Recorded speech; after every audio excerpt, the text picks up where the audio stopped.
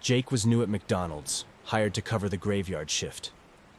It wasn't his first choice, but he needed the money. The manager handed him the keys and a worn-out uniform, instructing him to close up at midnight.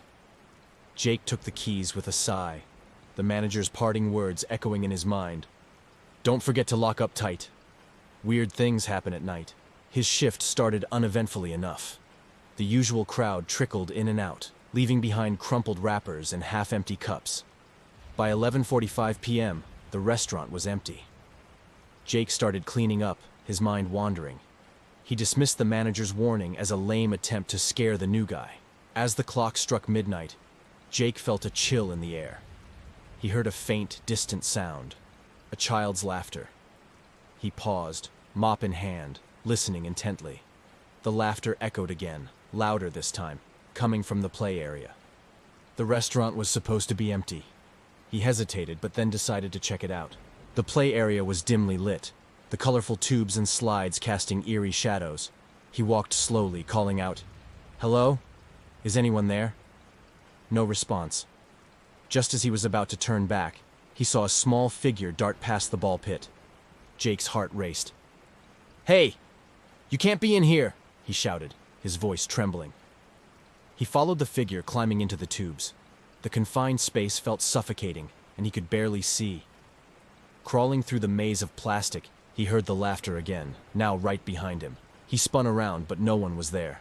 Panic set in. He hurriedly crawled forward, desperate to get out. Jake emerged into a small chamber, a dead end. He heard the sound of plastic balls shifting behind him.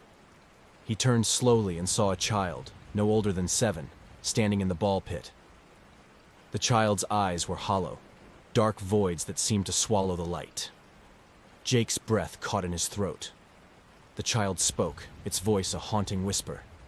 "You shouldn't have come here." The temperature dropped, and Jake could see his breath in the air. He tried to back away, but his body wouldn't move.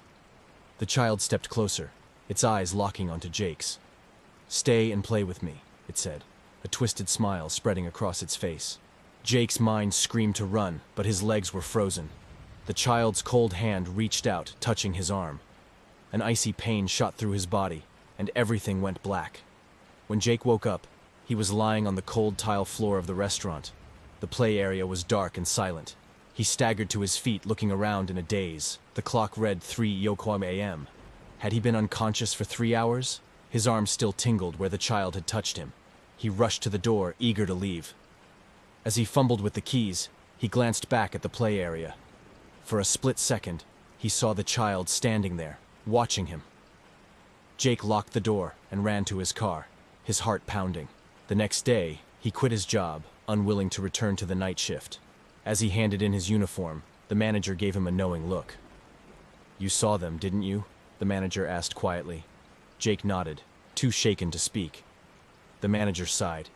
"You're not the first, and you won't be the last. They say the restaurant was built on an old burial ground. The spirits of the children. They like to play."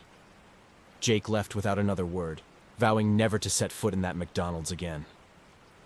But every night, as he tried to sleep, he could still hear the faint sound of a child's laughter echoing in his mind.